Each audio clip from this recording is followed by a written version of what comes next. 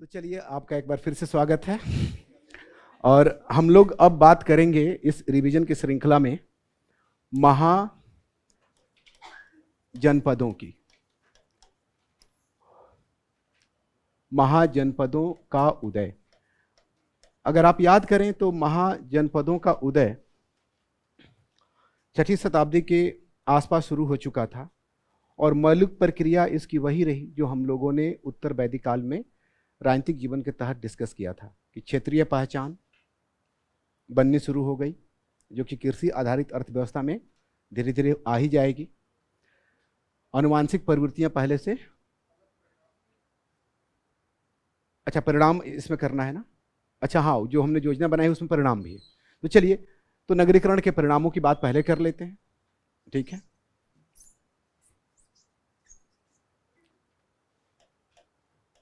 नगरीकरण के परिणाम या निहितार्थ। तो जब भी नगरीकरण होगा तो क्या होगा? द्वितीय नगरीकरण के कारणों पर और उसकी प्रवृत्तियों पर चर्चा हम लोग कर चुके हैं। अब इस खंड की शुरुआत हो रही है द्वितीय नगरीकरण के परिणामों पर चर्चा करके। तो जब भी नगरीकरण होगा तो क्या हो सकता है? तो परिणामों में एक तो यह है कि पहली बार भारत में और या गंगा के मैदान में, ठीक है, जिसको हम कहते हैं ना रूरल अर्बन डिवाइड, इसकी उत्पत्ति होती है कि नहीं? यानी कि हम ये कह सकते हैं कि नगरीय संस्कृति का उदय। अब नगरीय संस्कृति की कुछ विशिष्टताएं होती हैं, ठीक है। क्या होता है? तो हम कह सकते हैं कि नगरीय वर्गों का उदय। यह सामाजिक परिवर्तन है कि नहीं? यानी कि व्यापारी, शिल्पी, ऐसा नहीं था कि यह वर्ग पहले अनुपस्थित था, लेकिन अब इस वर्ग की प्रधानता नगरों में स्थापित होती चली जाएगी, या इस वर्ग की प्रधानता पर आधारित स्थल उत्पन्न होने शुरू हो गए, ठीक है। अब आप बताइए कि नगरों में जो संस्कृति होती है वो अधिक उदार होती है या कठोर होती है? लचीली होती है। नगरों में एक लाभ तो सबको मिल ही जाता है, उसको कहते हैं बेनिफिट ऑफ एनोनिमिटी, पहचाने न जाने का डर। पहचाने जाने का डर नहीं होता। तो आज आप नगरों में जितनी स्वतंत्रता से अपना जीवन यापन कर ले रहे हैं, क्या आपको लगता है कि अपने गांव में जाकर इसी स्वतंत्रता से जीवन यापन करेंगे? प्रयास भी करेंगे तो जीवन कठिन हो जाएगा, ठीक है। तो उसको कहते हैं अपेक्षाकृत उदार सामाजिक वातावरण, ठीक है। और जब सामाजिक वातावरण अपेक्षाकृत उदार होगा, इसके निहितार्थ और भी होंगे, बाद में करेंगे। अभी फिलहाल ये देखिए कि नया दृष्टिकोण, नगरीय संस्कृति, नगरीय वर्गों का उदय, जिनका सामाजिक दृष्टिकोण क्या था? अपेक्षाकृत उदार था। अब नगरों में चूंकि आर्थिक गतिविधियां प्रधान हो रही हैं, तो नगरों में आर्थिक हितों की रक्षा के लिए जो शिल्पी हैं, जो व्यापारी हैं, वो अपने संगठन बनाएंगे। उन संगठनों को क्या कहा गया? श्रेणी। तो नगरों में श्रेणियों का उदय। श्रेणियों को अंग्रेजी में कहते हैं गिल्ड्स। और प्राचीन भारत में श्रेणियों की क्या भूमिका थी, इस पर भी प्रश्न पूछे जा सकते हैं। तो उत्पन्न तो हुए थे ये आर्थिक जीवन का नियमन करने के लिए। जैसे आज के दौर में अर्थव्यवस्था से जुड़े जो निर्णय हैं, जिसको WH क्वेश्चंस भी कहते हैं ना, how to produce, what to produce, ठीक है, प्राइस फिक्सेशन, मूल्य निर्धारण, गुणवत्ता, या अगर कोई विवाद हो जाए, कंज्यूमर कोर्ट्स। इस समय की व्यवस्था प्राचीन काल में नहीं थी। तो होता ये था कि इन श्रेणियों के जो प्रमुख होते थे, श्रेणियों के प्रमुख जो होते थे, इनके लिए अलग अलग नाम होते थे। जैसे आपने नाम सुना होगा जेथक, ज्येष्ठक, सेठी, ठीक है ना, श्रेष्ठी, श्रेष्ठिन, इस तरह के शब्दों का प्रयोग किया गया है इन श्रेणियों के प्रमुखों के लिए। इसी में से एक और शब्द है, इन आजकल देखा होगा आपने, यूपीएससी शब्दों पर आधारित सवाल भी पूछ ले रही है, सार्थवाह। यह सार्थवाह विशेष रूप से महत्वपूर्ण है, क्योंकि यह जो कारवां होता था ना, कारवां वाले जो व्यापारी होते हैं, कारवां, कैरावान जिन्हें कहते हैं अंग्रेजी में, ठीक है, जो समूह में एक स्थान से दूसरे स्थान तक जाते हैं, यह उनका नेता होता था।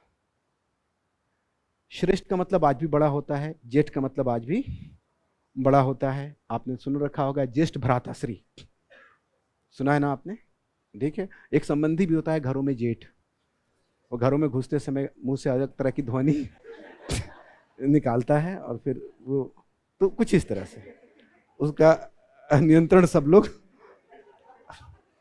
उसका नियंत्रण सब लोग मानते हैं, ठीक है ना। तो ये प्रमुख लोग होते थे। अब ये काम क्या करते थे?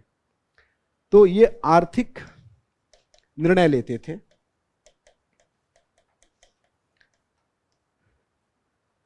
और इन आर्थिक निर्णयों में बहुत तरह की चीजें थी, जैसे मूल्य निर्धारण हो, गुणवत्ता का निर्धारण हो। आज भी गिल्ड्स दिख जाते होंगे आपको, ठीक है ना, जैसे नाइयों का गिल्ड हो सकता है, ऑटो ड्राइवर्स का गिल्ड हो सकता है, अपने आर्थिक हितों की रक्षा के लिए, ठीक है। ये विवादों का निपटारा भी करते थे, विवादों का निपटारा। तो अगर आपने मिट्टी के बर्तन खरीदे और वो टूटा हुआ निकला, अब लेके गए कुम्हार के पास, कुम्हार के पास और भी बर्तन थे, उसने आपके ऊपर चलाने शुरू कर दिए, ठीक है, कि आप फोड़ के लाए हो, ठीक है, हमारी तरफ से फूटा हुआ नहीं था। तो आज के दौर में तो आप कंज्यूमर कोर्ट जा सकते हो, उसके समय में, उस समय में कहाँ जाते आप? श्रेष्ठी के पास जाते, बताते कि हमने जो बर्तन लिया है वो बर्तन पहले से खराब था, तो उसके लिए जो भी दंड होगा, जो भी विवाद का निपटारा करना होगा, ये लोग करते थे, ठीक है ना। लेकिन नियंत्रण की स्थिति ऐसी होती है कि अगर एक बार आप नियंत्रण प्राप्त करते हैं तो क्षेत्र निर्धारण बड़ा मुश्किल हो जाता है। अगर आर्थिक जीवन का नियमन और नियंत्रण करने का अधिकार किसी ने ले लिया तो धीरे धीरे सामाजिक जीवन पर नियंत्रण स्थापित हो सकता है कि नहीं, ठीक है, धीरे, क्योंकि एक प्रभुत्व की स्थिति है वो, और प्रभुत्व की प्रकृति यही होती है कि वो बहुआयामी होने लगता है। आप किसी भी तरह का प्रभुत्व स्वीकार कीजिए, ठीक है, वह धीरे धीरे बहुआयामी होने लगेगा, ठीक है ना। तो अब ये आर्थिक जीवन का प्रभुत्व था, यह सामाजिक जीवन में भी परिवर्तित होने लगा। अब सामाजिक विवादों का निपटारा भी ये करने लगे, ठीक है, और न सिर्फ सामाजिक विवादों का निपटारा करने लगे बल्कि सामाजिक निर्णय भी लेने लगे कि किसकी शादी कहाँ होगी, किसकी शादी कहाँ नहीं होगी। और धीरे धीरे श्रेणियों ने जातियों के गुण विकसित करने शुरू कर दिए। जातियों के गुण क्या होते हैं? विवाह संबंध जाति के अंदर, गोत्र से बाहर, और खान पान के अपने नियम, ठीक है। तो धीरे धीरे श्रेणियां आर्थिक समूहों से किसमें परिवर्तित होती चली गई? जातीय समूहों में परिवर्तित होती चली गई। और जो भारत में एक प्रक्रिया है जिसको हम कहते हैं जातियों का परगुणन, प्रोलिफरेशन ऑफ कास्ट्स, कि जो यात्रा 4 वर्णों से शुरू हुई, आज आप देख सकते हैं कि इतने सारे जातियां, उपजातियां हैं कि सरकारें भी उनको गिनने में व्यस्त हैं, लेकिन अभी पूरी तरह से काउंटिंग नहीं हो पा रही। तो आखिर इतनी विविधता आई कहाँ से? उसके बहुत सारे चैनल्स हैं। एक वर्ण संकर भी हैं, आर्यीकरण की प्रक्रिया भी है, ठीक है ना, वो अनुलोम प्रतिलोम विवाह भी हैं, ठीक है, क्षेत्रीय विशिष्टताएं भी हैं। उसमें एक कारण यह भी है कि जो श्रेणियां आर्थिक आधार पर बनी, धीरे धीरे सामाजिक समूहों के रूप में परिवर्तित होती चली गई। वक्त बदला, और वक्त बदलने के बाद कुछ ऐसा भी हुआ कि राजनीतिक जीवन में विकेंद्रीकरण की प्रवृत्ति बढ़ी। तो जब राजनीतिक जीवन में विकेंद्रीकरण की प्रवृत्ति बढ़ी तो फिर ऐसे लोगों ने राजनीतिक और प्रशासनिक जीवन में भी अपना दखल देना शुरू किया। गुप्त काल तक आते आते श्रेणियों के प्रमुखों की राजनीतिक और प्रशासनिक भागीदारी भी दिखाई देने लगती है। अब राजा को अगर कुछ आदेश देना है, कोई बात करनी है, या कोई संदेश देना है तो वह उस समूह विशेष के प्रमुख को बुलाकर उसके साथ मंत्रणा भी करता था निर्णय लेने से पहले, और उसके माध्यम से अपने आदेश को उसका पालन भी करवाता था। यानी कि श्रेणियां धीरे धीरे सामाजिक नियंत्रण के साथ साथ राजनीतिक नियंत्रण के साधन के रूप में भी विकसित होती चली गई। गुप्त काल तक यह चलता रहा, लेकिन गुप्त काल के बाद जब आर्थिक जीवन में पतन के चिन्ह दृष्टिगोचर होने लगते हैं तो इनकी आर्थिक भूमिका तो समाप्त हो गई, लेकिन जाति समूहों के रूप में श्रेणियां बनी रही। और आज भी आप देखेंगे कि बहुत सारी ऐसी जातियां हैं जिनके नाम उनके पेशे के नाम के आधार पर आपको देखने को मिलेंगे। ऐसा होता है कि नहीं? ठीक है, तो ये श्रेणियों का उदय हुआ। ये सब कुछ नगरों में हो रहा था, ग्रामीण जीवन भी तो प्रभावित होगा इससे। आखिर परिवर्तन, मौलिक परिवर्तन तो गांव में ही हो रहे थे। तो वहां पर समृद्ध किसानों का एक वर्ग पैदा हुआ। समृद्ध किसानों या कृषकों के वर्ग का उदय, कृषकों के वर्ग का उदय हुआ। और यह जो वर्ग था, इसके लिए बौद्ध साहित्य में गहपति शब्द का प्रयोग मिलता है। पूछ सकता है आपसे, गहपति कौन होते थे? गहपति, गह गृह का ही पाली वर्जन है।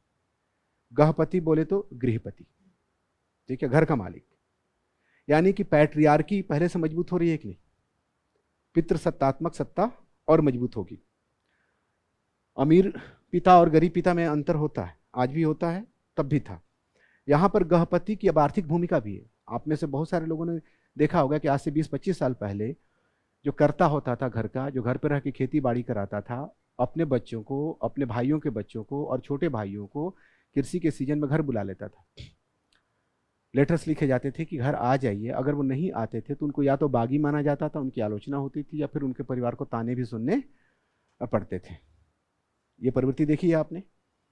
तो जब पारिवारिक श्रम की जरूरत पड़ेगी तो परिवार के सदस्यों पर नियंत्रण बढ़ेगा कि नहीं बढ़ेगा? फिर उस नियंत्रण के वैचारिक आयाम भी बढ़ेंगे कि पिता की आज्ञा का पालन करना चाहिए। अगर पिताजी कह रहे हैं कि जाकर सुबह सुबह ढेकुल चला के आओ, तो आपको चलाना पड़ेगा। तो गहपतियों का उदय हुआ और ये बड़े समृद्ध भी थे। बौद्ध साहित्य में तो इनको दानकर्ता के रूप में इनका उल्लेख मिलता है। बहुत सारे गहपति ऐसे थे जिनके बुद्ध के साथ बड़े घनिष्ठ संबंध थे। बुद्ध ने अपना पहला प्रवचन जिस वाटिका में दिया था सारनाथ में, उसको भी किसी गहपति अनाथ पिंडक ने दान में दिया था।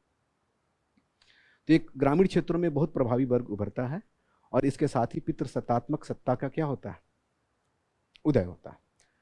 मतलब उदय नहीं होता है, वो और सुदृढ़ीकृत होता है। ठीक है, पहले वो सिर्फ नैतिक था, वैचारिक था, लेकिन अब आर्थिक आवश्यकताएं भी ऐसी हैं कि परिवार के सदस्यों पर या उनके श्रम के ऊपर और अधिक कठोर नियंत्रण स्थापित किया जाए। ठीक है, इसके अलावा विशेषकर नगरीय क्षेत्रों में कुछ और भी परिवर्तन हो रहे हैं। जैसे पहली बार हमें कुछ नई चीजें दिखती हैं उस समय की आवश्यकता के अनुरूप। जैसे भोजनालय, भोजनालय समझते हैं? कोई व्यापारी है, शहर में गया है। अब आप समझ सकते हैं कि शहर में रहकर जो वर्ण व्यवस्था के जो कठोर नियम थे उनका पालन करना बड़ा मुश्किल था। हालांकि आज भी कुछ लोग अपना लोटा थाली साथ में लेके घूमते हैं, देखा होगा आपने। ठीक है, वो हर जगह नहीं खा लेते, हर जगह नहीं, एलोपैथिक दवाओं से बचते हैं, आयुर्वेद का सहारा लेते हैं, देखा होगा ना आपने, देसी। लेकिन ग्रामीण पृष्ठभूमि में इसके लिए अनुकूल परिस्थितियां हैं, वहाँ लोग हैं जो इसके लिए आपको सुविधा दिला देंगे। उसके लिए परिवार के ऊपर भी नियंत्रण होना चाहिए। ठीक है, अब पता चला कि आप व्यवसायी हैं, शहर में हैं, तो वहाँ अपना लोटा थाली कहाँ लेके घूमेंगे आप, और खाना आपके लिए कौन बनाएगा? हालांकि अभी बहुत दिन पहले की बात नहीं है, कुछ दिन पहले तक जाति व्यवस्था के अंतर्गत होता ये था कि अगर किसी गांव में किसी दूसरी जाति का आदमी काम करने आता था तो जिसके यहाँ काम करने आता था उसके यहाँ नहीं खाता था। सीधा का कंसेप्ट था, सुना होगा आपने। उसके यहाँ से अनाज, आटा, चावल लेकर वो अपनी जाति के किसी अपने उसी गांव में, उसी समुदाय के यहाँ वो दे देता था, फिर तो उसके यहाँ भोजन बनता था। ये सब ग्रामीण संस्कृति का हिस्सा है। शहरों में इस तरह अपेक्षाकृत उदार माहौल है। आर्थिक और सामाजिक जीवन ऐसा नहीं है कि नियमों का पालन कर सके। ठीक है, तो भोजनालय बने। ठीक है, वेश्यावृत्ति एक पेशा के रूप में उभरता है। आपने नाम सुन रखे होंगे नगर बधू। वैशाली की एक नगर बधू बहुत ही मशहूर हुई, आम्रपाली का नाम सुना होगा आपने। उसके नाम पर आज भी ट्रेन चलती है और बुद्ध ने उसको शिक्षा दी थी। उसने बौद्ध धर्म भी स्वीकार किया था और वैशाली की नगर सभा में उसका स्वागत भी किया गया था। तो जिस तरह की अपमानजनक भावनाएं आज इस पेशे के साथ जुड़ी हुई हैं, संभवतः इस तरह से नहीं था। ये बहुत ही पढ़ी लिखी सुसंस्कृत लोग हुआ करते थे। कामसूत्रा में भी गणिकाओं के लिए बहुत सारे कला रूपों में पारंगत होने को अनिवार्य बताया गया है। धीरे धीरे इस पेशे का कलात्मक पक्ष धीरे धीरे क्या होता चला गया, समाप्त होता चला गया। 18वीं शताब्दी तक, 19वीं शताब्दी तक था, 1857 तक था। 1857 के विद्रोह में भी लखनऊ के तवाइफों ने बहुत महत्वपूर्ण भूमिका निभाई थी। ठीक है, फिर जुआ खेलना पहले से था, लेकिन इसकी लोकप्रियता और बढ़ी, जिसको गैम्बलिंग कहते हैं। ठीक है, इस तरह की चीजें। नगरों में आमोद प्रमोद के नए साधन ढूंढने पड़ेंगे। जहां धन का केंद्रीकरण होता है वहां आमोद प्रमोद के नए साधन ढूंढ लिए जाते हैं। ठीक है, तो ये सब समृद्धि, ये सब। और इसमें फिर हम लोग उसको भी मेंशन कर सकते हैं, किसको, नए विचारों के उदय को। टकराव तो बढ़ेगा, नई अर्थव्यवस्था है, नया समाज है, नई अपेक्षाएं हैं। आप ये कह सकते हैं कि नई अपेक्षाएं, नई अपेक्षाएं, नई महत्वाकांक्षाएं। तो वर्ण व्यवस्था में अब सोचिए कि वैश्य वर्ग जो आर्थिक जीवन से जुड़ा था, उसकी आर्थिक स्थिति समृद्ध हो रही है, तो सामाजिक प्रतिष्ठा के लिए ललायित रहेगा कि नहीं रहेगा। बौद्ध धर्म जैन धर्म दोनों को देख लीजिए, इन्होंने वैश्यों को निम्न नहीं माना, ठीक है, बल्कि ये कि जन्म के आधार पर जो वर्ण व्यवस्था स्थापित हो चुकी थी उसका विरोध किया और कहा कि ये कर्म के आधार पर होना चाहिए। और इस समय कर्म किसके सबसे प्रभावी हो रहे थे, वैश्यों के। आर्थिक प्रगति में उन्हीं की भूमिका थी। तो नई अपेक्षाएं, नई महत्वाकांक्षाएं। और 8वां आप ये भी लिख सकते हैं कि वैश्यों की स्थिति, वैश्यों की स्थिति में सुधार, वैश्यों की स्थिति में सुधार, उनकी सामाजिक प्रतिष्ठा में वृद्धि। बौद्ध साहित्य और जैन दोनों ही साहित्य में अब इन्हें दानकर्ता कहा गया है। दानकर्ता होना एक तरह से सामाजिक विशिष्टता थी, क्योंकि दान सबसे स्वीकार नहीं किया जा सकता था। दान अक्सर उच्च कुल के लोगों से या सामाजिक रूप से जो सम्मानित लोग थे उनसे ही स्वीकार किया जाता था। ठीक है, फिर उसी तरह से स्त्रियों की दशा में भी थोड़ा सा सुधार होता है। स्थिति बहुत जटिल है, किसी दिशा में तो अगर आप देखें तो किसी पक्ष में पतन होगा तो किसी पक्ष में उत्थान होगा। एक नई जीवन शैली आती है। आपने नाम सुना होगा बौद्ध भिक्षुओं का, लेकिन बौद्ध धर्म जैन धर्म में महिलाओं को भी धार्मिक अधिकार मिले, धर्म की शिक्षा मिली और गृहस्थ जीवन से अलग जीवन की कल्पनाएं भी हुई। ठीक है, तो महिलाओं की दशा में सुधार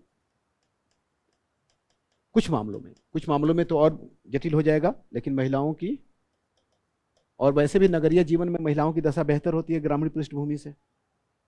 ठीक है, महिलाओं की दशा में सुधार, और इसमें खास तौर से एक तो उनके धार्मिक अधिकार और दूसरा ये जो कंसेप्ट है ना जिसको कहते हैं भिक्षुनी, भिखुनी भी कहते हैं। हालांकि देखिए समाज अभी भी पितृसत्तात्मक रहा।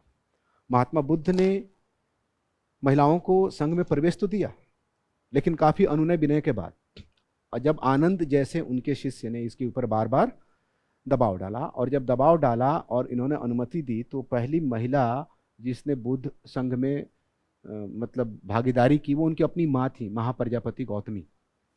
और उसके बावजूद भी बुद्ध का कथन था कि अगर संघ 1000 साल तक चलने वाला था तो अब सिर्फ 500 साल तक चलेगा। तब आज के नारीवादी विचारधारा तो हम बुद्ध और 6ठी शताब्दी पर आरोपित नहीं कर सकते। अन्य अगर उस समय की प्रवृत्तियों को देखा जाए तो वो और भी जटिल थी। तो बुद्ध प्रगतिशील थे, लेकिन बुद्ध का आकलन हम लोग अपने आदर्शों के अनुसार नहीं करेंगे। बुद्ध भी अपनी समय की सीमा को लांघ नहीं सके और पितृसत्तात्मक वर्ण व्यवस्था का भी विरोध नहीं कर सके थे पूरी तरह से। वर्ण व्यवस्था को स्वीकार किया, हाँ, उसके आधार को उन्होंने जन्म के आधार पर न मानकर कर्म के आधार पर माना। बुद्ध ने कहा भी है कि कोई अपने कर्म से ब्राह्मण होता है, जन्म से ब्राह्मण नहीं होता। बुद्ध ने ब्राह्मण होने के ऊपर प्रश्न चिन्ह नहीं लगाया, ब्राह्मण होने के आधार के ऊपर प्रश्न चिन्ह लगाया। बाद में जो भारतीय मुख्य धारा है उसका भी दृष्टिकोण इस प्रश्न को लेकर कुछ कुछ ऐसा ही। ठीक है, तो बौद्ध संघ में इनको शामिल तो कर लिया गया, लेकिन बराबरी का दर्जा नहीं दिया गया, क्योंकि संघ की जो आंतरिक प्रक्रियाएं थी उन प्रक्रियाओं में भिक्षुओं की प्रधानता रही। ठीक है, और भिखुनियों को भिक्षुओं के अधीन रखा गया था। कठोर अनुशासन दोनों के लिए था, लेकिन अधिक कठोर अनुशासन किसके लिए होगा? भिक्षुनी के लिए था। जिस तरह से पारिवारिक जीवन में सभी का अनुशासित होना अपेक्षित है, लेकिन अधिक अनुशासन के नियम आज भी किसके ऊपर आरोपित करते हैं? महिलाओं के ऊपर। एक तरह से घर का ही एक छोटा प्रतिरूप विकसित हुआ घर से बाहर भी, और पूर्ण रूप से स्वतंत्रता नहीं मिल सकी। ठीक है, लेकिन फिर भी अपने आप में प्रगतिशील कदम था। ठीक है, तो ये द्वितीय नगरीकरण से संबंधित कुछ ऐसी प्रवृत्तियां हैं, इनको सामाजिक निहितार्थ, वैचारिक निहितार्थ के रूप में आप स्वीकार कर सकते हैं। जाते जाते सिंगल डिजिट तो हो ही गया, डबल डिजिट भी कर लीजिए कि जब नई आवश्यकताएं होंगी तो जब डिमांड होगा तो सप्लाई भी होगी। अब आइए यहाँ पे मिल जाते हैं कौन? नवीन धार्मिक आंदोलन। नवीन धार्मिक आंदोलन, गोल गोल फिर हम लोग वहीं पहुंच गए। ये सारी प्रक्रियाएं अंतर संबंधित है, एक साथ चल रही। ठीक है ना? तो हो जाएगा, ये समझ में आ गया। अब आइए बात करते हैं हम लोग महाजनपदों की। अब ये महाजनपद का जो टॉपिक हम लोग करेंगे, ये बेसिकली भाग है, जैसे अगर टॉपिक हो आपका इस तरह का महाजनपदों का उदय, तो इसके कारण पूछ सकते हैं। कारण हम समझ चुके हैं, कृषि अर्थव्यवस्था, स्थिर जीवन, अधिशेष उत्पादन। जब तक अनुकूल परिस्थितियां नहीं होंगी तब तक राज्य निर्माण नहीं होगा। राज्य निर्माण के लिए कुछ संसाधन चाहिए होंगे। दूसरी तरफ जो कबायली समाज था वो टूटने लगा। ठीक है, राजन राजा में परिवर्तित होने लगे। कैसे हुए, हम लोगों ने पिछली कक्षाओं में डिस्कस किया है कि क्षेत्रीय पहचान बढ़ती चली गई, अनुवांशिक प्रवृत्तियां प्रगाढ़ होती चली गई, राजा की भूमिका भी परिवर्तित होती चली गई, नौकरशाही का उदय हुआ, धीरे धीरे सेना का भी उदय होगा, कर व्यवस्था भी आई। इस काल में बस इतना ही होता है कि अगर ये जनपद है तो ये क्या है? महाजनपद है। दिशा वही रही, दशा बदली।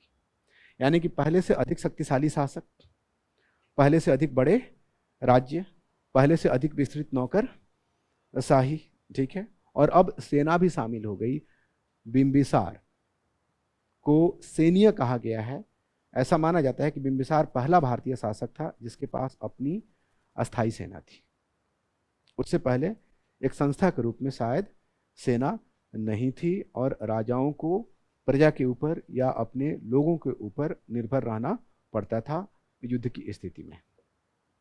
इसलिए युद्ध से पहले राजा को भूमि पर बैठकर अपने वर्ग के, अपने जो कुल के लोग होते थे उनके साथ भोजन भी करना होता था। यह उस समय के कर्मकांडों में भी शामिल था। ठीक है, तो प्रक्रिया हम समझ रहे हैं। आपको जानना है कि ये कहां कहां थे और कौन कौन थे। ठीक है, तो अगर आप अपने मटेरियल देखें, ये बिल्कुल ही तथ्यात्मक है, तो एक लंबी सूची आपको मिल जाएगी।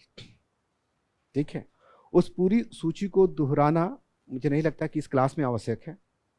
ठीक है, या उनसे संबंधित सभी तथ्यों को, लेकिन सभी महाजनपदों के रूप में सम्मिलित रूप से अगर देखा जाए तो कुछ चीज़ों की चर्चा हम लोग यहाँ क्लास में करते हैं। ठीक है ना? जैसे इनकी जो चर्चा मिलती है, महाजनपदों के उदय की जो चर्चा मिलती है, वह कहाँ कहाँ मिलती है। ठीक है, तो बौद्ध साहित्य का एक भाग है जिसको कहते हैं अंगुत्तर निकाय, उसमें मिलता है। जैन साहित्य का एक भाग है जिसको कहते हैं भगवती सूत्र, और एक बहुत बड़े व्याकरणविद हैं जिनका नाम है पाणिनि। शायद मैंने गलत लिखा होगा लेकिन आप समझ सकते हैं, पाणिनि। अष्टाध्यायी, इसमें भी नगरीय जीवन की झलक मिलती है। ठीक है, और इसमें भी महाजनपदों का कुछ उल्लेख मिलता है, लेकिन प्रमुख रूप से अंगुत्तर निकाय और भगवती सूत्र इसके लिए जाने जाते हैं। इनकी संख्या 16 बताई गई। ठीक है, इन 16 में से कुछ तो पुरानी व्यवस्था के अंतर्गत थे। पुरानी व्यवस्था कैसी रही थी? जिनमें चुनाव होता था। आप सोच सकते हैं कि कबायली समाजों में राजन का क्या होता था? चुनाव होता था। ऐसे को कहा गया है गणराज्य। गणराज्य बहुत है, लेकिन सबसे प्रमुख गणराज्य था लिच्छवी गणराज्य, जिनकी राजधानी कहाँ थी? वैशाली थी। इसी वैशाली में आम्रपाली भी थी। ठीक है। बाद में अजात शत्रु ने इनको नष्ट कर दिया था, और उनको नष्ट करने के लिए अजात शत्रु ने बुद्ध से परामर्श भी किया था, और बुद्ध ने ही वह सूत्र दिया था। सीधे सीधे नहीं बताया था कि क्या करो, लेकिन पूछा था ऐसे कुछ इनडायरेक्ट सवाल कि क्या वो अब भी ऐसा करते हैं, क्या वो अब भी ऐसा करते हैं, क्या वो अब भी ऐसा करते हैं। अजात शत्रु कहता गया कि हाँ वो अब भी ऐसा करते हैं। तो फिर बुद्ध ने कहा कि फिर तो उनको पराजित करना कठिन है। इसका मतलब है कि तुमको अब क्या करना है, मैसेज स्पष्ट है कि उनको वैसा करने से रोकना है, उनमें फूट डालना है।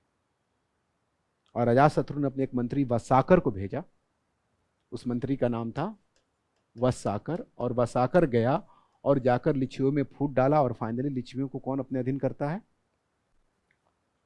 अजातशत्रु। मगध इनको जीत लेता। अंत में राजतंत्रों की ही विजय होती। इन गणराज्यों में एक और, जैसे शाक्य नाम सुना होगा आपने। शाक्यों का संबंध किसके साथ है, बुद्ध के साथ। बुद्ध को इसीलिए शाक्य मुनि भी कहा जाता है। ठीक है। फिर आपने कुशीनगर, कुशीनारा, उसमें मल्ल एक वो थे, ये प्रमुख हैं। ठीक है ना, और भी थे लेकिन ये प्रमुख गणराज्य हैं। इनमें सबसे प्रमुख लिच्छवी। ठीक है। लिच्छवी वालों को उनका एक संघ था जिसको कहते थे वज्जी और परिसंघ। और लोकेशन क्या है इसकी, उत्तरी बिहार में पटना के गंगा नदी के उत्तर की तरफ।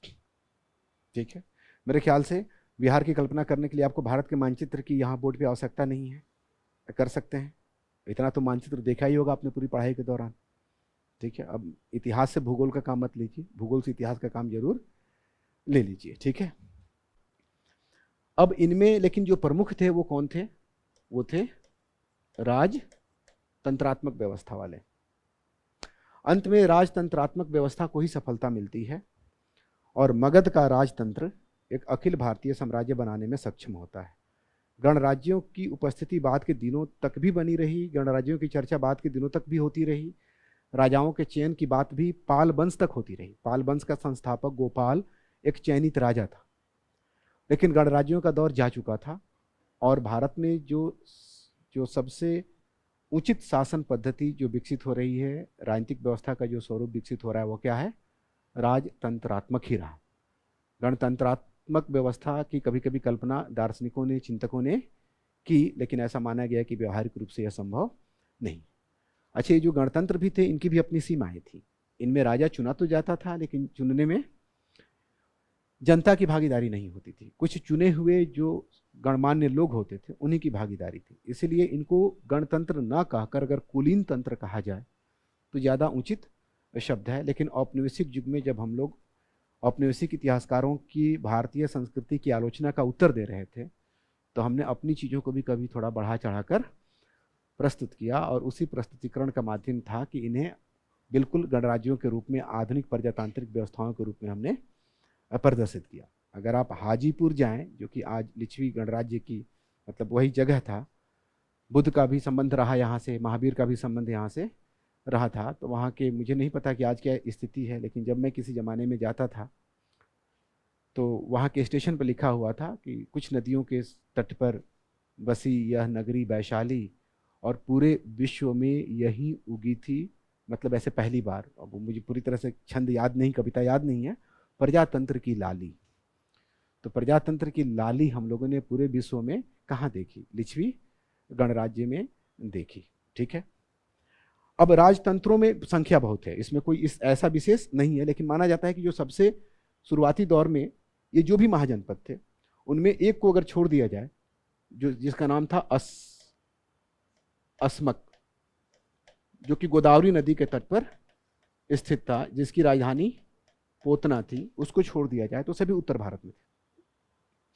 उत्तर भारत में भी गंगा की घाटी में थे, लेकिन गंगा की घाटी से जो बाहर होंगे महत्वपूर्ण हो जाएंगे कि नहीं। अब आप समझ गए हम लोग क्लास में क्या कर रहे हैं। ठीक है। सूची तो आपके पास है ही।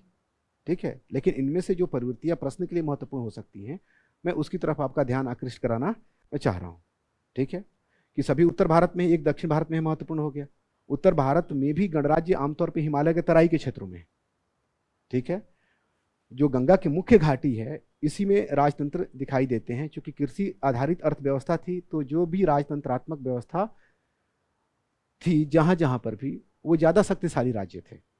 क्योंकि उनको नई अर्थव्यवस्था का अधिक लाभ मिल रहा था। तो उनमें भी अगर देखा जाए तो सभी गंगा की घाटी में नहीं थे। गंगा की घाटी से बाहर अगर देखा जाए तो अवंती का नाम सुना होगा आपने। अवंती का क्षेत्र कौन सा था? मालवा। यहाँ के राजा थे जिनका नाम था चंड प्रद्योत। बिंदुसार से इनकी दोस्ती थी। बिंबिसार मगध के शासक थे और इनको हो गई थी एक बीमारी जिसके इलाज के लिए बिंबिसार ने जीवक, और आज जिस तरह से प्रश्न पूछे जा रहे हैं जीवक इन दोनों से ज्यादा महत्वपूर्ण है। जीवक क्या था? चिकित्सक था। जॉन्डिस हुआ था शायद, ठीक है, पीलिया, पीलिया कहते हैं ना, हाँ।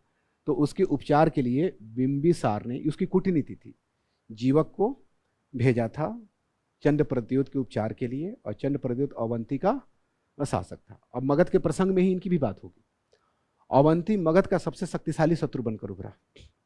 कारण यह था कि मगध के पास भी लोहे की उपलब्धता थी और अवंती के पास भी लोहे की उपलब्धता थी, ठीक है।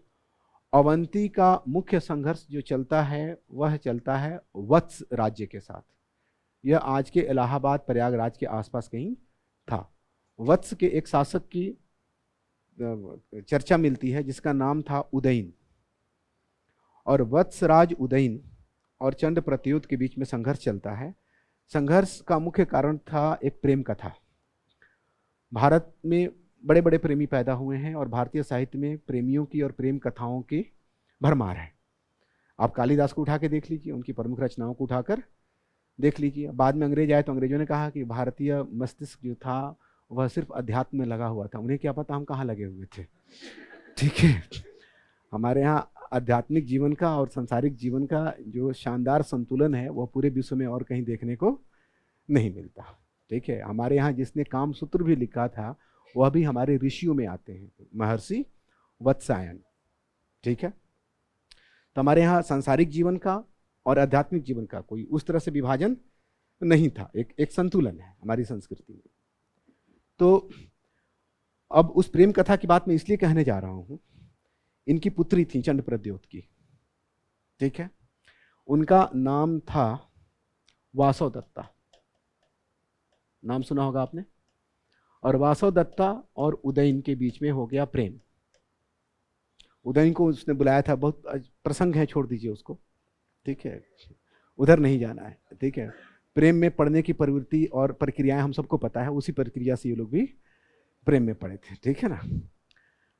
तो पहले ये मतलब इनके आमंत्रण पे गए थे वहां, और फिर उसके बाद से प्रक्रिया आपको पता ही है। तो इन दोनों का प्रेम प्रसंग शायद महत्वपूर्ण नहीं होता अगर ये इन दोनों के बीच में युद्ध का कारण नहीं होता। लेकिन प्रेम प्रसंगों पर युद्ध बहुत बार बात होती है, लेकिन युद्ध के और अधिक मौलिक कारण होते हैं। असल कारण था महत्वाकांक्षाओं का टकराव, ठीक है। लेकिन कवि लोग जो होते हैं ना, कवियों को कुछ चाहिए होता है मसाला लिखने के लिए, ठीक है। एक कवि हैं जिनका नाम था भास, कवि नहीं, ये नाटककार हैं, नाटककार हैं। और इस नाटककार को संस्कृत भाषा का, भारतीय भाषा का प्रथम नाटककार भी माना जाता है। अब इस तरह के तथ्य चूंकि संबंधित तथ्य हैं इसलिए मैं इसकी बात कर रहा हूं, ठीक है ना। और इनको 13 नाटक लिखने का श्रेय दिया जाता है, लेकिन इनके 13 नाटकों में से 12 लुप्त हो चुके हैं, एक ही बचा है, और उस नाटक का नाम है स्वप्न। स्वप्न स्वप्न वासव दत्ता। तो पूछ सकता है कि इसके लेखक कौन है और इसकी विषय वस्तु क्या है, और संस्कृत भाषा का प्रथम नाटककार किसे माना जाता है। और यह वासव दत्त जिसकी चर्चा भास के एकमात्र उपलब्ध नाटक स्वप्न वासव दत्तम में की गई है, वह इसी अवंती के शासक चंड प्रद्योत की पुत्री बताई गई है। कवियों की एक और प्रवृत्ति होती है काल्पनिक चरित्रों का गठन। हो सकता है कि पूरा चरित्र काल्पनिक हो, लेकिन उससे मतलब नहीं, ठीक है ना। तो अवंती मालवा के क्षेत्र में। उसी तरह से कंबोज का नाम सुना होगा आपने, यह भी गंगा के मैदान में नहीं था। और कंबोज का जो शासक था उसका नाम थोड़ा सा अजीब तरह का है, हंसिएगा मत सुन के, पुक्कू। पुक्कू सिर्फ पुक्कू नहीं, पुक्कू सती, ठीक है ना। और इसके भी बिंबिसार के साथ बड़े अच्छे संबंध थे, और दोनों के बीच में क्या हुआ था, गिफ्ट का आदान प्रदान भी हुआ था। और अगर आपसे प्रश्न पूछे कि निम्नलिखित में से कौन सा महाजनपद मध्य एशिया के निकट स्थित था या मध्य एशियाई क्षेत्रों में था। अगर मध्य एशिया की प्रसंग की कहीं भी बात हो तो उसमें कौन आ जाएगा? कंबोज आएगा। ठीक है। उसी तरह से एक था गंधार।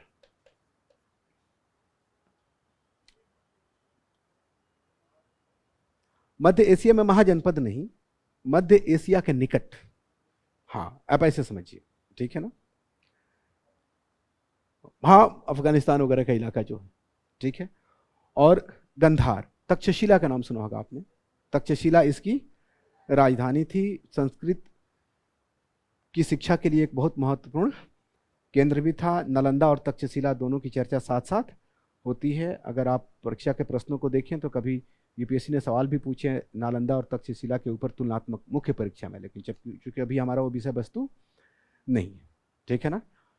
तक्षशिला से जुड़े कुछ ऐतिहासिक पुरुष बड़े ही महत्वपूर्ण हैं। उनमें से एक का नाम आपने सुना होगा, पाणिनि। पाणिनि का संबंध भी तक्षशिला से माना जाता है, जो कि संस्कृत भाषा के प्रथम व्याकरणविद माने जाते हैं। और दूसरा महत्वपूर्ण व्यक्ति तक्षशिला से संबंधित है, उसका नाम है चाणक्य कौटिल्य।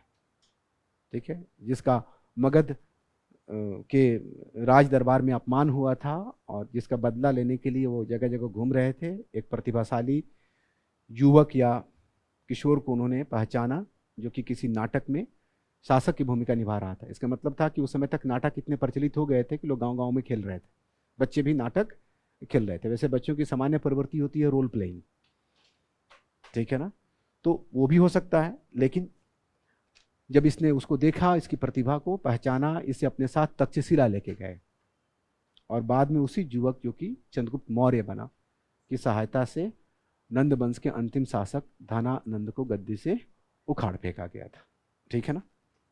तो दो लोग गंधार से संबंधित, पाणिनि व्याकरणविद और ये कूटनीतिज्ञ, राजनीतिज्ञ, चिंतक, विचारक, आप चाणक्य को जिस श्रेणी में रखना चाहें उस श्रेणी में रख सकते हैं। ठीक है ना?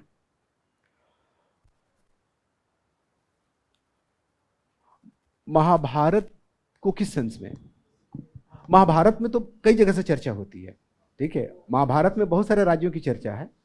ठीक है। गंधार, गंधारिक तो वहीं से आ गई। ठीक है। क्या दिक्कत है इसमें? ठीक है। अब सवाल यह है कि महाभारत का जो एक्चुअल टाइम है उसके निर्धारण इतिहासकारों के लिए कठिन विषय रहा है।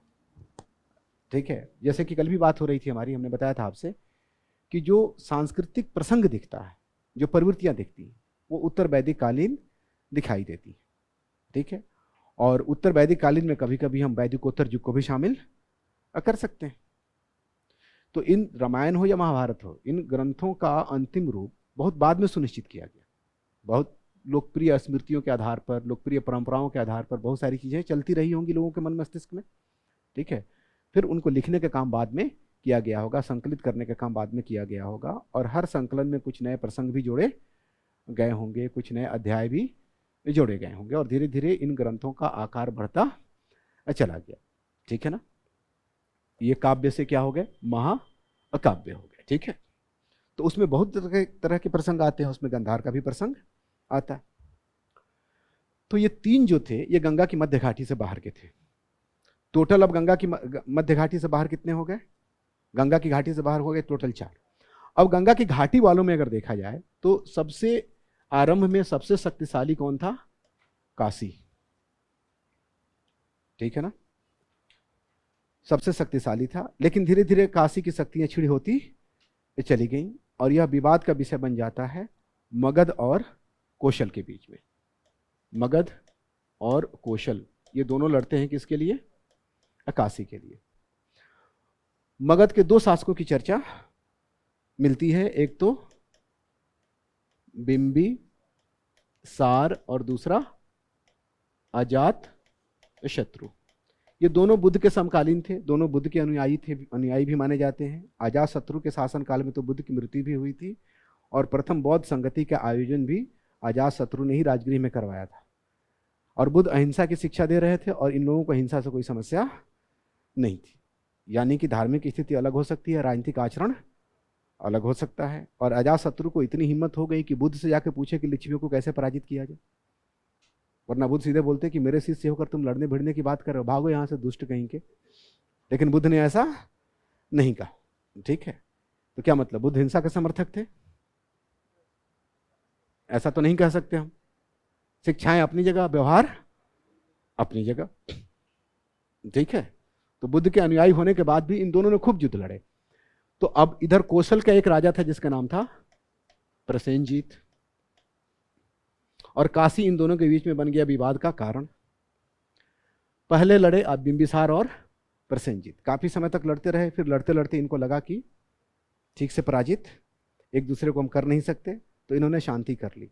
जैसा कि अक्सर शांति समझौतों में होता है कि युद्ध बंदियों को वापस कर दिया जाता है, क्षेत्र वापस कर दिए जाते हैं, और वैवाहिक संबंध, और ये कि अब हम नहीं लड़ेंगे। तो एक वैवाहिक संबंध स्थापित हुआ। ऐसा माना जाता है कि प्रसेनजीत की बहन का विवाह किसके साथ हुआ? बिंबिसार के साथ के हुआ। वैसे बिंबिसार ने और भी विवाह किए थे, लिच्छवी राजकुमारी के साथ भी विवाह किए थे, और मद्र राजकुमारी जो कहीं पश्चिमोत्तर क्षेत्र में कुछ लोग थे उनके साथ भी विवाह किए थे। वैवाहिक संबंध उस समय के राजनीतिक संबंधों के रूप होते थे, आज भी होते हैं। और जब बिंबिसार की कूटनीति की बात होती है तो इन वैवाहिक संबंधों की भी बात होती है, ठीक है। तो जब इन दोनों के बीच में हुआ वैवाहिक संबंध, तो प्रसेनजीत की बहन की शादी हो गई। कहीं कहीं लिखता है कि पूरा काशी, किसी किसी पुस्तक में लिखता है कि काशी का कुछ भाग, कहीं कहीं लिखता है काशी का एक गांव। बहुत स्थिति स्पष्ट नहीं है, लेकिन दहेज के रूप में दिया गया यह स्पष्ट है। इसका मतलब है कि दहेज प्रथा इस समय तक आते आते संगठित हो चुकी थी। काशी के एक गांव दहेज के रूप में किसको मिला? बिंबिसार को मिला, और दोनों के बीच में मित्रतापूर्ण संबंध स्थापित हो गए। अब इधर अजातशत्रु, मगध और कौशल और काशी की कहानी एक साथ चल रही है। अजातशत्रु था बड़ा महत्वाकांक्षी, इतना महत्वाकांक्षी था कि उसने प्रतीक्षा करना उचित नहीं समझा और अपने पिता के प्राण ले लिए। बिंदुसार की हत्या कर बिंबिसार की हत्या कर दी। और बिंबिसार जो कि यहाँ के हर्यक वंश का संस्थापक था, यह जो परंपरा अजातशत्रु ने शुरू की, हर्यक वंश में यह परंपरा आगे भी बढ़ी, और हर्यक वंश को पितृहंता राजवंश के नाम से भी जाना गया। इसमें लगातार 10 शासक हुए हैं लगभग, जिन्होंने अपने अपने पिताओं की हत्या की है। मतलब आरंभ से ही यह बात स्पष्ट है कि किंगशिप नोज नो किंगशिप। अब ये अजातशत्रु ने जब अपने पिता को मार दिया तो प्रसेनजीत को बहुत बुरा लगा। समझ सकते हैं क्यों बुरा लगेगा, ठीक है। दोनों के बीच में बड़ा मधुर संबंध था, साला बहनोई का, ठीक है। ये संबंध आज भी बड़ा मधुर है। लेकिन प्रसेनजीत की यह शिकायत अजातशत्रु से बहुत उचित नहीं थी, क्योंकि अजातशत्रु, फिर भी प्रसेनजीत अजातशत्रु का सगा मामा नहीं था। अभी थोड़े ही दिन पहले अजातशत्रु ने क्या किया था कि लिच्छवियों को बर्बाद किया था, जिनकी बात हो रही थी ना, जब मंत्री बासाकर की बात हुई थी, बुद्ध समंत्रणा की बात हुई थी, और उनको पराजित करने में अजातशत्रु को भारतीय इतिहास में माना जाता है कि अगर बिंबिसार ने पहली बार सेना रखी तो अजातशत्रु ने पहली बार 2 नए तरह के अस्त्र प्रयोग किए, ठीक है। एक का नाम है रथ मूसल, नाम सुना होगा आपने, रथ मूसल, और दूसरे का नाम था महाशिलाकंटक। बहुत बाद में 21वीं शताब्दी के पूर्वार्ध में जब हम लोग पैदा हो चुके थे तो एक फिल्म बनी थी जिसका नाम था बाहुबली, ठीक है। और बाहुबली में इन दोनों ही उपकरणों को दिखाया गया है। तो मुझे बहुत ज़्यादा उदाहरण देने की जरूरत नहीं है, लेकिन इस तरह के अस्त्रों का प्रयोग एक नई बात थी। तो अजातशत्रु ने कूटनीति का भी सहारा लिया, नए तरह के युद्ध अस्त्रों का भी सहारा लिया था। लिच्छवियों को उसने पराजित कर दिया था, जो कि उसके सगे मामा थे। तो जो सगे मामाओं का नहीं होगा, सौतेले मामाओं का होगा। फिर से लड़ाई शुरू हुई, ठीक है। और इस पुराने संघर्ष की परिणति भी फिर उसी तरीके से हुई कि फिर दोनों ने शांति समझौते किए, और उस शांति समझौते के साथ फिर से एक वैवाहिक संबंध स्थापित हुआ। और इस बार प्रसेनजीत की पुत्री का विवाह हुआ। किसके साथ? अजातशत्रु के साथ। और पूरा का पूरा काशी किसको मिला? अजातशत्रु को मिला। कजिन वाला विवाह है कि नहीं, है उसका उदाहरण है। वैसे भी लिच्छवियों में एक परंपरा थी भाई बहन के बीच में विवाह की, जो कि अपनी रक्त की शुद्धता को लेकर इतने चिंतित थे कि वो कहीं बाहर विवाह करना नहीं चाहते थे। सदियों बाद गुप्त वंश के संस्थापक, जिसको मान सकते हैं, चंद्रगुप्त ने उनके यहाँ शादी की थी। तो उसका जो पुत्र था समुद्रगुप्त, इस बात में गौरव का अनुभव करता है कि वह लिच्छवियों का दौहित्र है। लिच्छवी दौहित्र, यह उपनाम आपने सुना होगा, यह समुद्रगुप्त के सिक्कों पर मिलता है, ठीक है। यानी कि पूरब का जो क्षेत्र था वो थोड़ा अलग था, उसकी सांस्कृतिक पृष्ठभूमि थोड़ी अलग थी, ठीक है। तो ये 3 महाजनपद हो गए। बाद में प्रसेनजीत के साथ भी बुरा हुआ। इसका बेटा था विदुदभा, यह भी अजातशत्रु से प्रेरणा लिया, ठीक है, मारा तो नहीं लेकिन भगा जरूर दिया। प्रसेनजीत अस्त व्यस्त अवस्था में पहुंचता है अपने कहाँ, पुराने शत्रु मगध के यहाँ, और बड़े मार्मिक चित्रण है कि उसकी कैसे मृत्यु होती है, छोड़ दीजिए, उधर हमें नहीं जाना है। और इधर विदुदभा कौशल में स्थापित हो जाता है, और इसी विदुदभा को माना जाता है कि जो बुद्ध का क्लैन था शाक्य, उसको इसने तबाह किया था, बर्बाद किया था। मतलब कि शाक्यों को नष्ट करने का काम किसने किया था? इसने किया था। ये नगर दोनों बड़े महत्वपूर्ण थे। कौशल के अंदर 2 बड़े, एक तो श्रावस्ती इसकी राजधानी थी, और इधर कौशल जो था, कौशल में एक और नगर था जो बड़ा महत्वपूर्ण था, वो क्या था? अयोध्या। ये भी सवाल बनता है कि अयोध्या किस महाजनपद में स्थित था? तो कौशल महाजनपद में स्थित था। मगध की राजधानी, धीरे धीरे 3 राजधानियां मगध की विकसित होती हैं। एक है राजगीर, जिसको राजगृह भी कहा गया है और गिरि ब्रज भी कहा गया है, ऐसे ही तथ्य आपको मिलेंगे, ठीक है। और इसको ना कई पहाड़ियों से घिरा हुआ था, इसीलिए इसको ना प्राकृतिक दुर्ग की संज्ञा दी गई है। उसके बावजूद भी अवंती के डर से अजातशत्रु ने इसका दुर्गीकरण कराया था, जो कि भारतीय इतिहास में सिंधु घाटी के सभ्यता के बाद दुर्गीकरण का प्रथम उदाहरण है, ठीक है। और इसी नगर में बौद्ध धर्म की पहली संगति भी हुई थी, ठीक है। तो अगर पूछे राजगृह का दुर्गीकरण किसने करवाया, तो अजातशत्रु ने कराया था, ठीक है। जब लिच्छवियों के खिलाफ इसने अभियान शुरू किया तो गंगा के इस तट पर इसने एक छोटा सा सेटलमेंट डेवलप किया था लिच्छवियों पर आक्रमण के लिए। बाद में यही सेटलमेंट पाटलिपुत्र के नाम से विकसित होता है। माना जाता है कि इसका जो पुत्र था अजातशत्रु का, उसका नाम था उदाइन। इन सारी कहानियों को अलग करना मुश्किल है, एक ही साथ सुनिए, ठीक है ना। उदाइन, उसने पाटलिपुत्र नगर की स्थापना की तथा उसे अपने राजधानी बनाई, ठीक है। तो मगध की दूसरी राजधानी कौन हो गई? पाटलिपुत्र। और पाटलिपुत्र को तत्कालीन साहित्य में क्या कहा गया है? जल दुर्ग कहा गया है, ठीक है। क्योंकि यह 4 नदियों के संगम पर है। आप बता सकते हैं 4 नदियां कौन हैं? आप बताएं, इससे पहले मैं ही बता दूं, रिवीजन क्लास है ये, आपको कुछ बताने नहीं आया हूं, पूछने और सिखाने नहीं आया हूं, आपको याद दिलाने आया हूं। तो आप याद कीजिए कि एक तो है गंगा, एक है गंडक, और एक है सोन, और एक का नाम है पुनपुन। इन 4 नदियों के संगम पर बसा है, ठीक है ना। और बाद में एक और राजधानी बनी थी पाटलिपुत्र की, वैशाली, मगध की, वो थी वैशाली। उसकी भी स्थिति काफी सामरिक रूप से काफी अच्छी थी, ठीक है। इन सब चीजों का लाभ मगध को मिला इसके राजनीतिक उत्थान में और अन्य महाजनपदों के विरुद्ध इसकी सफलता में। यह स्पष्ट है, कोई दिक्कत नहीं है इसमें। अब आइए कुछ और महाजनपदों की बात करें।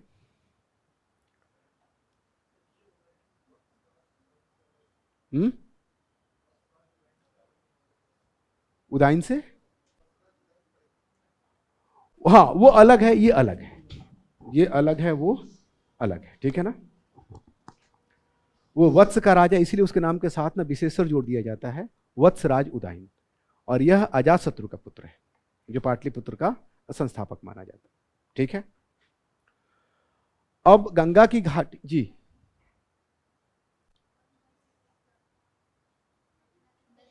नदियों के नाम, गंगा लिख लीजिए, गंडक लिख लीजिए, सोन लिख लीजिए, और पुनपुन। 2 बार पुन लिखिए और 1 बार पढ़िए, देखिए तो कैसी ध्वनि उत्पन्न होती है, वही नदी पुनपुन, ठीक है। अब एक और महाजनपद है जिसकी चर्चा हम लोग अगर ना करें तो थोड़ा उचित नहीं रहेगा। वह महाजनपद है अंग। अंग महाजनपद इसलिए महत्वपूर्ण है कि सबसे पूर्व में था, ठीक है। और अंग की राजधानी थी चंपा, चंपा या चंपा नगरी, जो चंपा नदी के किनारे था। और ऐसा माना जाता है, इस तरह की चर्चा मिलती है कि अंग के व्यापारिक संबंध उस समय में भी जो साउथ ईस्टर्न मतलब एशिया है ना, जिसको क्या कहते हैं, दक्षिण पूर्वी एशियाई देशों के साथ, दक्षिण पूर्वी एशियाई देशों के साथ लगता है कि यहाँ के लोगों का व्यापार था। ये आज का वर्तमान भागलपुर का इलाका मान सकते हैं आप इसको, ठीक है ना। अंग महाजनपद। और अंग इसलिए भी महत्वपूर्ण है कि जब मगध के शासक बिंबिसार ने अपना साम्राज्यवादी कैरियर शुरू किया था तो अंग पर ही पहली बार आक्रमण किया था और उस पर अधिकार भी किया था, ठीक है। इसके बाद के जो महाजनपद हैं, ठीक है, वो चूंकि मगध के प्रसंग में हमारे लिए महत्वपूर्ण नहीं है। जैसे होता है 18वीं शताब्दी के इतिहास में क्या है कि बाकी कंपनियों को हम ईस्ट इंडिया कंपनी के आलोक में पढ़ते हैं, ठीक है। तो वैसे ही यहां पर मगध के उत्थान के आलोक में ही हमें बाकी महाजनपदों को पढ़ना है। इनसे जुड़े तथ्य आप पढ़ते रहिए, रिवीजन का आपके पास मटेरियल है ही, ठीक है। लेकिन मैं ये कहूँगा कि ऐसे पक्षों पर जो बिल्कुल ही राजनीतिक हैं और व्यक्तियों के ऊपर आधारित हैं, बहुत ज़्यादा ध्यान देने की आवश्यकता नहीं है, ठीक है। जब तक कि कोई जीवक आपको न मिल जाए, जब तक कि कोई वसाकर आपको न मिल जाए, जब तक कि कोई भास, ठीक है, किसी प्रेम कथा पर कुछ लिखना दे, ठीक है, जब तक कि किसी शहर से कोई चाणक्य न निकल आए, ठीक है, जब तक कि कोई नगर अयोध्या जैसा महत्वपूर्ण न हो जाए, ठीक है, जब तक इस तरह के प्रसंग नहीं आते तब तक आप राजनीतिक इतिहास को थोड़ी अनदेखी कर सकते हैं, ठीक है। रिसेंट ट्रेंड तो यही है। बाकी यूपीएससी एक ऐसी संस्था है जो आश्चर्यचकित करने के लिए जानी जाती है, तो कभी भी कुछ भी पूछ सकती है, उसको स्वतंत्रता है। बस हमारी समस्या ये है कि वो कुछ भी पूछ सकते हैं लेकिन हम सब कुछ नहीं सीख सकते। आदर्श स्थिति तो यही है कि वो अगर कुछ भी पूछ सकते हैं तो हमको सब कुछ आना चाहिए, यही है ना आदर्श स्थिति। लेकिन वो सब कुछ तो कभी भी पूछ सकते हैं कुछ भी, लेकिन हम सब कुछ नहीं जान सकते। जिनके सिलेक्शन हुए उनको भी सब कुछ नहीं आता था, ठीक है। और जब हम लोग सर्विस करके रिटायर होके, ठीक है, और सब कुछ करके जब मृत्यु सैया पे होंगे उस वक्त भी हमको सब कुछ आ नहीं रहा होगा। इसलिए सब कुछ न आने का दुख अपने मन से निकाल दीजिए, ठीक है। और ये दुख अभी लास्ट के 2 महीने में बहुत दुख देता है, ठीक है, क्योंकि जो आपकी आदर्श तैयारी थी और जो वास्तविक तैयारी है दोनों के बीच में अंतर आपको दिखने लगा होगा, बहुत ज्यादा दिखने लगा होगा, ठीक है ना। जो सपने लेके आप चले थे, ऐसे करेंगे वैसे पढ़ेंगे, ये मेरी तैयारी है, अलग होगी, दूसरों से अलग होगी, कुछ भी नहीं छोड़ेंगे उसमें, और जो वास्तविक रूप से आप कर पाए हैं उसमें। तो बात ये इतना समझिए कि वो मृग मरीचिका थी, ये वास्तविकता है। और इस परीक्षा को आप इसी वास्तविकता के आधार पर ही पास करेंगे।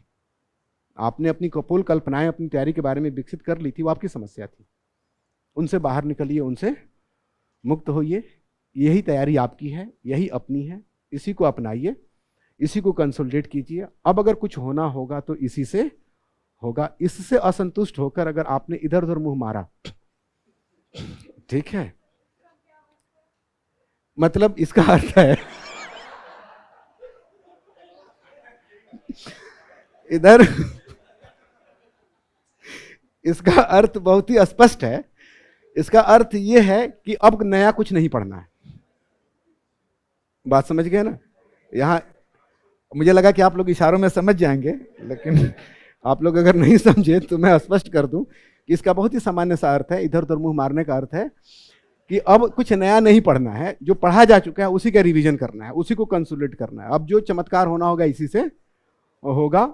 और अपने आप को स्वीकार कीजिए, अपनी इस तैयारी को स्वीकार कीजिए और इसको सुदृढ़ीकृत कीजिए। जितना सुदृढ़ीकृत कीजिएगा उतना ही आपको फायदा होगा। अभी भी अगर आप किसी मरीचिका के चक्कर में, ठीक है, तो आपके लिए समस्याएं बढ़ती चली जाएगी, मन की शांति भंग हो जाएगी। अशांत मन से आप इसकी तैयारी कर ही नहीं सकते, कुछ हो ही नहीं सकता। सॉफ्टवेयर का ध्यान रखना बहुत जरूरी है। इसके साथ ही महाजनपद और मगध के उत्थान के कारणों की अगर हम बात करें तो मगध को वो लाभ सारे थे जो बाकियों को नहीं थे। मगध के पास लोहा था, जंगल था, हाथी, एक से एक उल्लेखनीय शासक हुए।